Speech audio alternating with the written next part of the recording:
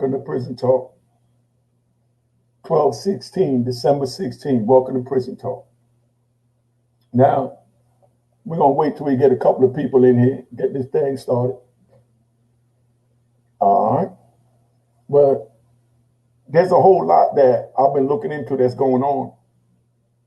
And it's like time to address a lot of things because we have to let the people know what time it is, you know?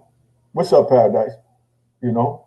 But Friday night, we got grown folks talk Friday night. All right? Just so everybody know what time it is. Friday night, we got grown folks talk. Today, we're doing the prison talk. I'm just waiting on the people to come in. They coming in. Salute, family. You know what I mean? But I got a nice, interesting show for you tonight that's real informative and helpful that I think would help a lot of the brothers and sisters. You know what I mean? How to, you know, help their family members, friends, loved ones, or even themselves. God forbid they wind up, you know, faced against the penal system. Because that joint ain't no joke, man. You know? That joint ain't no joke. All right, Devon Riley, I see you, baby. All the way from Norfolk. You know we in the house. You know? But we here, and we're going to start the show. I'm going to bring up Jocelyn, you know? And we're going to kick it real quick. Jocelyn's an ex-correction officer. You know, we call him CO in the system. So, you know, when I say CO, I'll be referring to her, you know, because I wasn't into all that old correction officer and all that other crap. You know what I mean? So now we're going to go, and I'm sure Jocelyn's going to tell you how she would have checked old loud mouth, foul dude like me. You know what I mean? I'll tell her how I handled her. You know what I mean? And that's what this going to be about. We're going to keep it 100.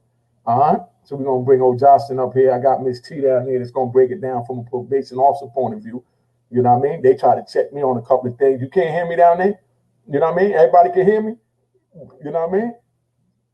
All right. So everybody can hear me. So we're going to roll. So Jocelyn, how you doing? Please introduce yourself. Hi, my name is Jocelyn Jameson. Okay. Where you from? I'm formerly from Harlem, but reside in the Bronx at the moment. Okay. So we on the joint and we talking about, you know, she's an ex-correction officer. And, Yes, I am.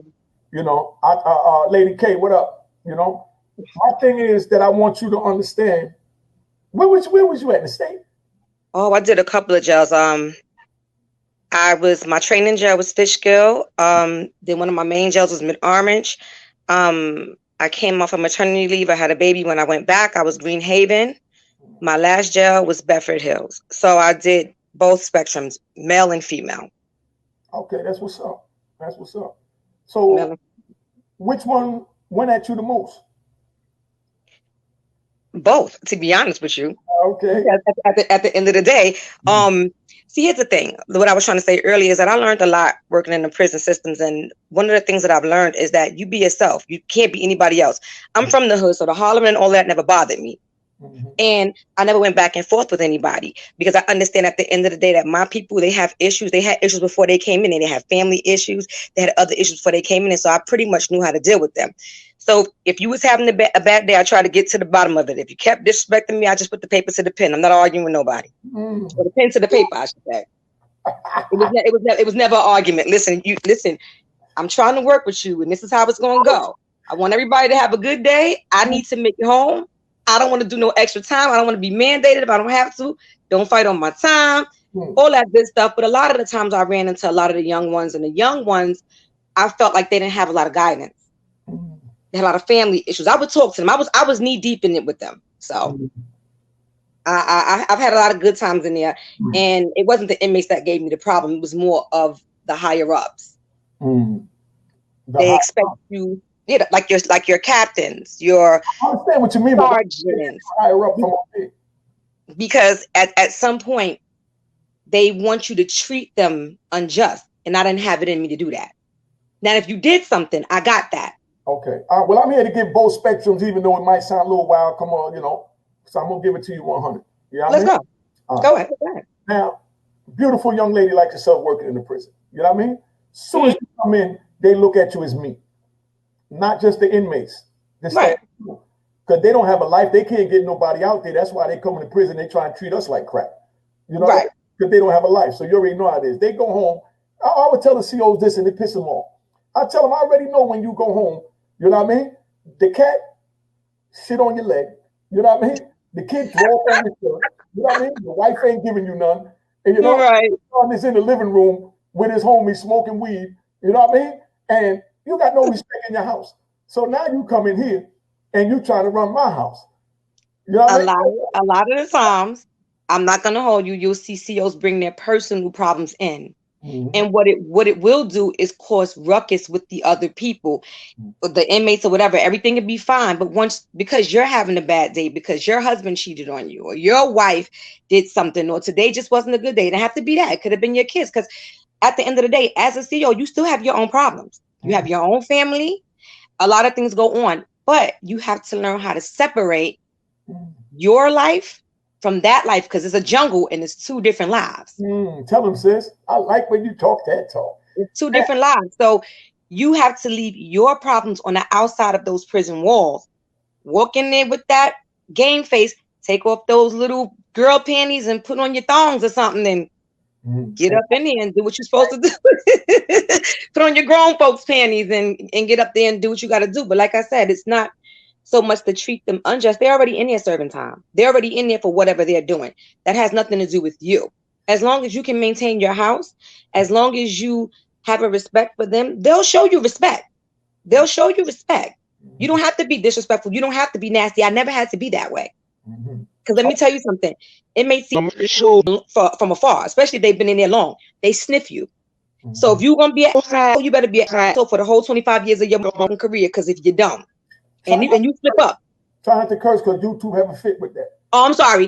If you slip, I got you. Okay, if you slip up and then you want to be nice one day and then an a-hole the next night, it doesn't work like that. So if you're a nice person, just be a nice person. And you know, I'm glad you said that, right?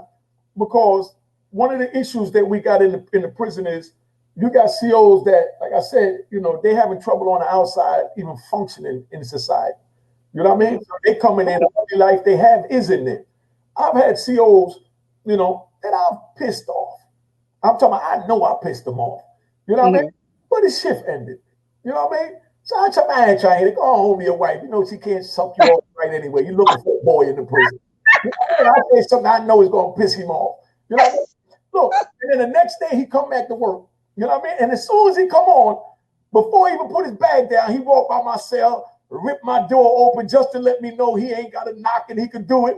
He'll stand there and he'll look at me. And I just sit there and I look at him. And I'd be like, man, I know you didn't bring that shit from last night in here. I told you she wasn't going to suck you off right. You know what I mean? Now you bringing your problems in here on me. Leave that joint out the door, man. That was yesterday. Nah, but you also have a lot of people, because I know some, that you weren't tough in the streets. You wasn't like that. You put that blue uniform on and you become something different. Thank you. And so when them inmates knock you out, because I've seen it happen. And that's what I mean by dude just ripped the door like he cut like that. And then he don't say nothing because he know he can't say nothing, but he just looks at me. So then, of course, I say something slick. You know, some days I just felt like messing with him just because I could. Right. Just to let them know where they at. But that's the only thing I didn't understand, how they could take a problem home and bring it back the next day. Whatever you did for that whole 18 hours when you came back, you should have done came back as a whole new person and said, man, screw that. But see, that also depends on the person. Some people hold on to things. Some people know how to let things go.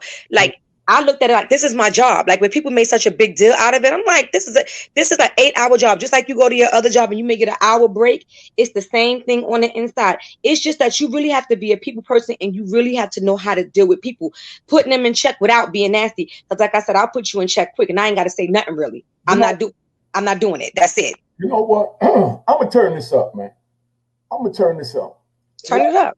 I'm going to give them all angles of doing time in aspects that they probably never dreamed of. But I'm going to bring Miss T up here, you know what I mean, as a counselor who come in. Miss T, you ready? I'm going to bring you in. You ready, Miss T? Could you hear me? Oh, she can't hear me. Check with Miss T. Call Miss T, see what's up. She can't hear me because I want to bring her in. You know, Miss T, unmute your mic. Your mic is mute. Now you go. Say something. Turn your mic up, sis. Pressing it. Oh, I'm saying I can hear you, but when you start talking, after a while, the static comes. Okay. All right. Well, I ain't gonna talk that long now. I'm just gonna shoot my shot and back up. All right. Lower yourself a little bit so they can see you. There you go. All right. See that you ain't representing New York with your fitted. You know, we're gonna put you on blast. You know what I mean? And you're supposed to be repping New York. But now, Miss T, you work. Tell them about who you are and where you have worked, so they know who you are. Okay. I'm Miss T. Hello, everybody. I'm from the Bronx. I work for Department of Probation. I work with 16 to 24-year-olds. I'm in a high crime unit. I deal with everything from gangs, guns, scammers, grand larceny, you name it. And most of the time, what I see is that there's just no guidance. There's no guidance, and there's lost hope, right? And then we can't blame them for the lost hope because, like we talked about before, the OGs is not the OGs anymore. The OGs are turning their backs. Got a 9 to 5 now. They don't want no parts. Even a lot of them, when they come home, they be like, oh, I'm not with that shit no more. But what they were supposed to do is come home and help the community and help the young ones, not get a job. Now they never, you from the streets. Like, okay, if you went up top or whatever and they taught you to calm your ass down, then you bring that back, but it's different when somebody did 25 years versus the 5 years and the 10 years. So it's like a lot of the times when I'm sitting with parolees versus probationers, they don't understand. You're not going to prison. You're going to Rikers. You're not going to prison. So you go to jail for 6 months, 2 years, fight your case, and then you get on probation. So you never touched upstate, right? So right now, the jails is wild. But people think since I know my man's and them, they in there, I'm gonna be good. And then everybody's flipping. There's no more loyalty. There's none of that. Nobody's their own man. So the unfortunate part is that all their fathers was in jail, right? So they either their fathers were in jail or their fathers are dead. So now it's the blind leading the blind. So now it's all these gangs that's supposed to be blood that don't know nothing about nothing, forming in their own little cliques. So it's like roaches right now. And it's unfortunate that nobody is going in these hoods and snatching them up and saying, yo, let me go talk to somebody who's calling shots. Right? Because if you was calling shots, there was somebody else before you who was calling shots. Right? So it only takes us to take care of us. But yet we're killing each other, right? And nobody is marching for that. Nobody coming through the hood mad until they little mans get killed. Now it's this block against that block. When it shouldn't be like that. You could eliminate that. We would be a terror if we got together and we made money together and we claiming these projects and tatting it and they throw your grandmother on her head if you get locked up for a gun. Your grandmother, your mother, she out of the projects. But yet you got the tattoo on your arm.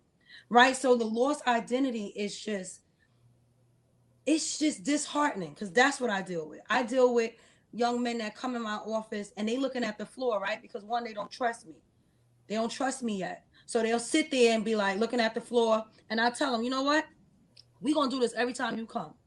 You want to look at the floor. I'm not going to say anything. So where it just breaks them like, all right, what do I have to do? I'm like, all you got to do is tell me about yourself. I What's don't the age bracket? 16 to 24. Okay. Right? So it doesn't matter what's on paper. You could have banged somebody in the head. You whatever you did. By the time I come to your house, now I know your story. You sleep on the floor, right? So if you sleep on the floor, you barely had a meal last night. When you come in the office, we don't need other officers that I saw address them like, "Yo, young man, pick your pants up." No, say hello because he's a human being, right? So when they stop getting treated like human beings and get treated like animals, then that is what they're going to project. And that is what they're going to do. If you look at me that way, before I got here, my mother probably told me I wasn't going to be ish, right? Or my father's not around, right? So now when I get over here and I'm in trouble, now I got an officer telling me, stand up, sit down, piss over here, go over here. You're going to go to jail if you pick up a gun. That's not the story. That's not the guidance. Right now, it looks crazy because when I'm sitting there, it's unfortunate that I'm like 1 foot in and 1 foot out, because every time they're coming outside, they scared. So when they don't want to do things, I got kids that will call me at 2:00 in the morning because it's time to retaliate. It's time for get back, right? So they're like, Miss T, I'm trying to walk a straight path. I don't know how to tell them I can't do this no more. Y'all can't hear me? Yeah, No. Oh, so they don't know how to say I can't do this no more. I'm not in the gang no more. They can't say that. If you ask a kid right now, they be like, yo, I can't say that. I want to. I don't want to do it no more, but I can't. That is for all the kids that's walking out here with no father, with no big brother, with no real OG, right? So I got to tell them, you know what you're going to tell them? Your PO is on her way. They got to get away from your door. Now that's their out. Imagine the kids that don't have an out. Imagine the ones that's sitting there like, damn, I got to go run this drill. I got to go with them. And now half of these kids are coming outside and busting these guns, and they don't even know what they're doing. They shooting from down the block. So mind you, there's somebody grandmother, there's somebody kid getting hit because the guidance is off. And I'm not saying that they're supposed to be guided because they need to know how to shoot.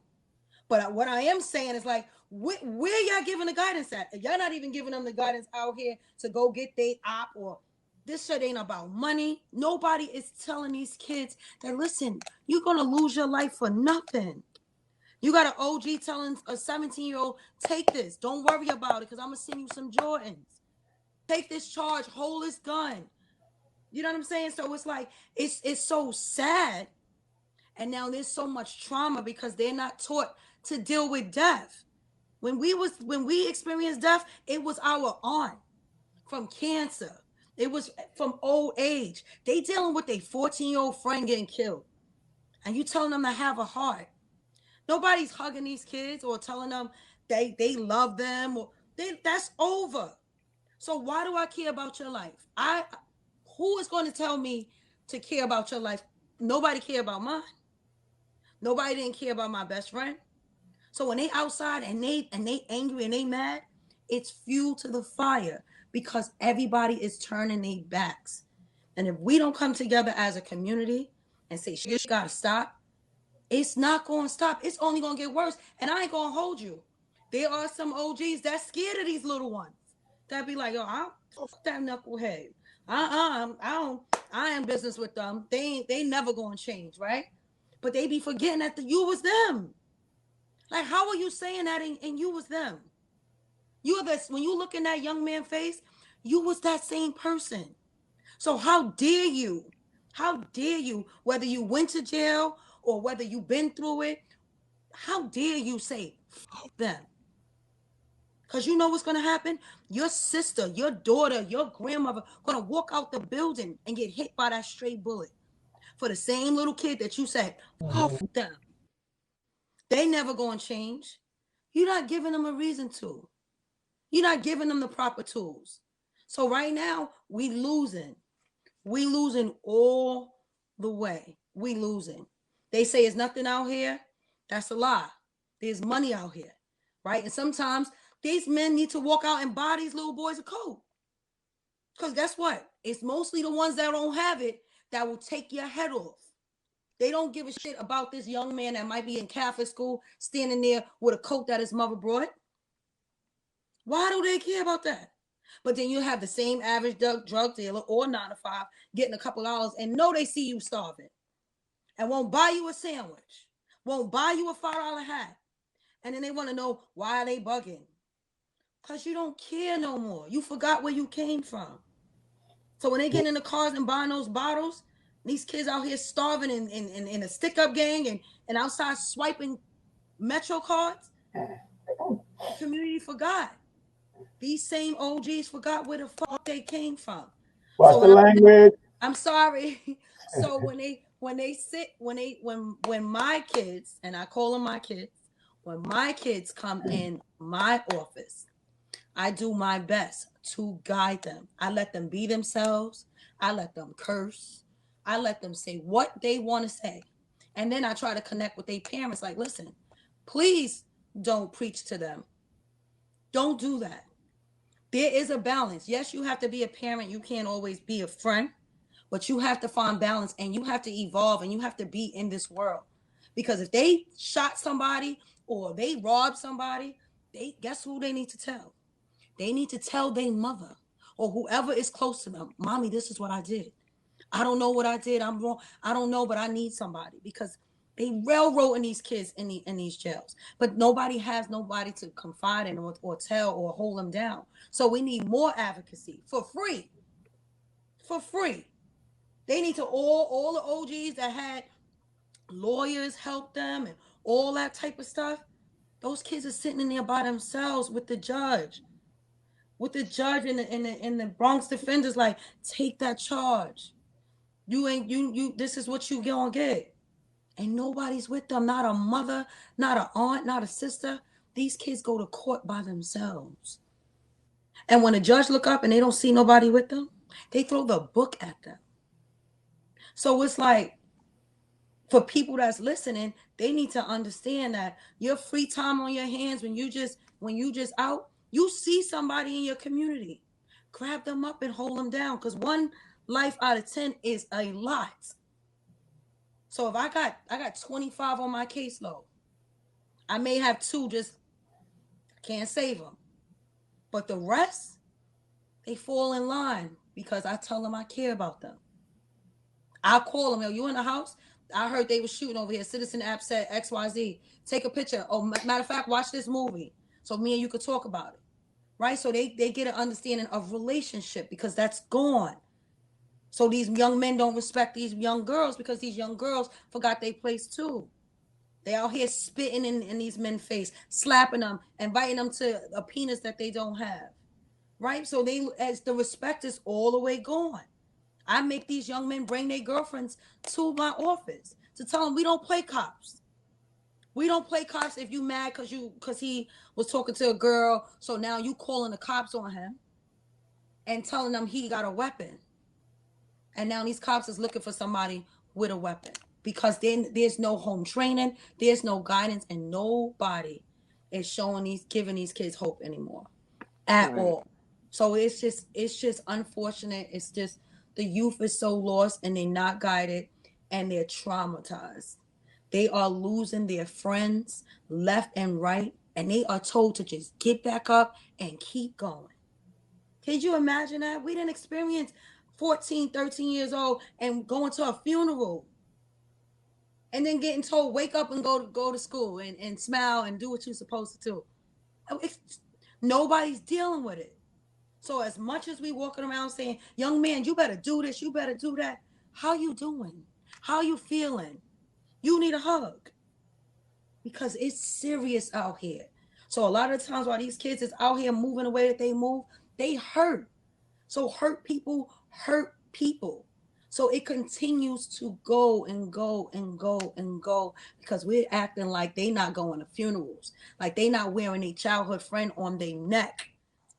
Like it's so crazy when you got to look at your kid and be like, take 13 of those chains off your trophy. I got boys. I hug them every time. I tell them I love them every time they walk out that door. I'm always scared. I don't know if they're going to walk back home. I'm on their phone. I'm tracking them. I don't sleep till my kids is 19 and 25. And I'll be like, I see you went over you over here. I wish I could do that for 25 probationers. Because they want that. They could be mad all they want. Yo, mom, I'm over here, right? They phoned out, they going to somebody else's phone. Mom, I'm over here, I'm okay. But can you imagine that? The mothers that sleepless nights or the ones that already lost their kids. It's crazy out here. And if people don't start having some type of compassion, I was hoping that 2020, although it's been crazy, that opened up some hearts and that opened up some eyes. And that just said people dying alone. These people that was sick was in the hospital by themselves. we have too much family. We have too many friends. We have too many kids that we know that we need to just grab a hold of them and just say, I love you sometime. Because love wins. Love trumps everything. You'd be surprised by just asking somebody how you really feeling. Can I help you? It takes you a long, long way. So everybody that's watching, please have a heart. Please stop walking past what you already see that's happening. Because the only people that's going to save us is us. That Black Lives Matter did not come from us. We did not make that. So let's not get jaded by that. We are the only people who can save us. You know, if anybody have questions or whatever, but this is not a job for me. Like you see this that I'm wearing on my arm. This is a nephew, like lost his life. I got more. It's real last, life. last week I bought my brother from Hear DC, you. Larry Moe and Moochie. They lost a son. I can't hear you. Oh, you can't hear me? That's on your end. Okay, my bad. You can hear him, Jocelyn? Yeah. But Yeah, why that's I can't hear him? well, okay. Hey, Jocelyn. Yes. And Miss T, just so y'all know, you dealing with younger men. You know what I mean? You're dealing with younger men, so you know what I mean. You don't get the aggressive. You know what I mean? Disrespectful. You get the young that you know is just, you know what I mean? Like you said, lost, right? Right. No, but I'm gonna cut you off. But we deal with the parolees also. So the probationers, I have my hand on them, right? But we have every week, well, not now, but every week we have the parolees come, and they come home. They may not be equipped with technology. They don't know how to do certain things because they're just coming out into the world, right? Right. So, but some of them are coming home angry. Right. So when they sitting across from the probationers, you'll have me in the middle saying, you know, each one teach one, right? We're trying to prevent them from going where you were, right? So when we're trying to do that and trying to help them understand, like, listen, where he's at, he did 18, he did 25 years. They suck. These grown men are sucking their teeth. Man, why the F I gotta be here? What the F this and that? And then I gotta tell them, like, you here because that could be your son. But these are the old dudes you're talking to? These are the old dudes. These are the old dudes that are angry, right? Because either some of them don't know how to ask for help. Remember, we talked about not being able to read, right? So you'll have them sitting there like, y'all got this stuff on the board or y'all passing these papers out, and I can't read that. Right? So it's like, I'm mad. I don't want to hear that shit. And I don't care about Ty over here. If he want to do that, that's his MFing business. This is the conversation. I'm right here. Parolees are right here. 30, 40, 50, 60, sucking their teeth. Why am I here for this BS? Then you got the little kids like, see, they don't care about us. These are two sides. This is the future right here, and they looking in the mirror. So it's not that I don't deal with the older population by telling them what they need to do or whatever have you. So my hands are on the younger generation, but I deal with the older population trying to help them understand, like, you may feel helpless right now because you're coming out into this big world and you may be scared. Miss, I ain't scared. I am not scared. I just want to get the F out of here. Listen. Let me bring some clarity to what you're saying that might help you to understand. I'm in the inside with these men for 26 years. You know what I mean? Now, I went in, I couldn't read or write. Like I said, I was angry too. You know what I mean? I jumped on the police, walked up in ADX, did 5 years on the ground and all that. You know what I mean? So I came in, did my animal years too. But once I got myself together by getting around men, like you said, that pulled me up, that say, yo, youngin, what are you doing? You know what I mean? You know, boom, boom, boom, boom. And they give me the game. So now I got the game, so now I know how to move. Now, they throw me back in the system where they got the regular guys that didn't have this 5 years to lay down and learn yourself. You know what I mean? And I come out and they put me in a unit and they got like 180 dudes in there and 8 TVs and, you know what I mean? And You know, they're playing cards, and it looked like, one big recreation center in the unit that they live in. Mm-hmm. This gets to be the pattern every day. You got these few TVs. You got dudes that say every day he's out here watching this. So that means every day this TV is supposed to be on his program because that's what he's watching. Mm-hmm. You know what I'm saying? And he's ready to kill you for that TV. You know what I mean? But can I say this much? So because I've worked from two sides of the spectrums, from the prisons, and I was a mental therapist, so I worked with kids from 2 to 18. So let me just first say this. It starts from the home. And when you're not getting it from the home, they go to the streets. And bigger than that, there's people in the streets, like you said, that's knowledgeable. And this is where it takes a whole village to raise one child. And at the end of the day, as a Black TO, I am a part of that village.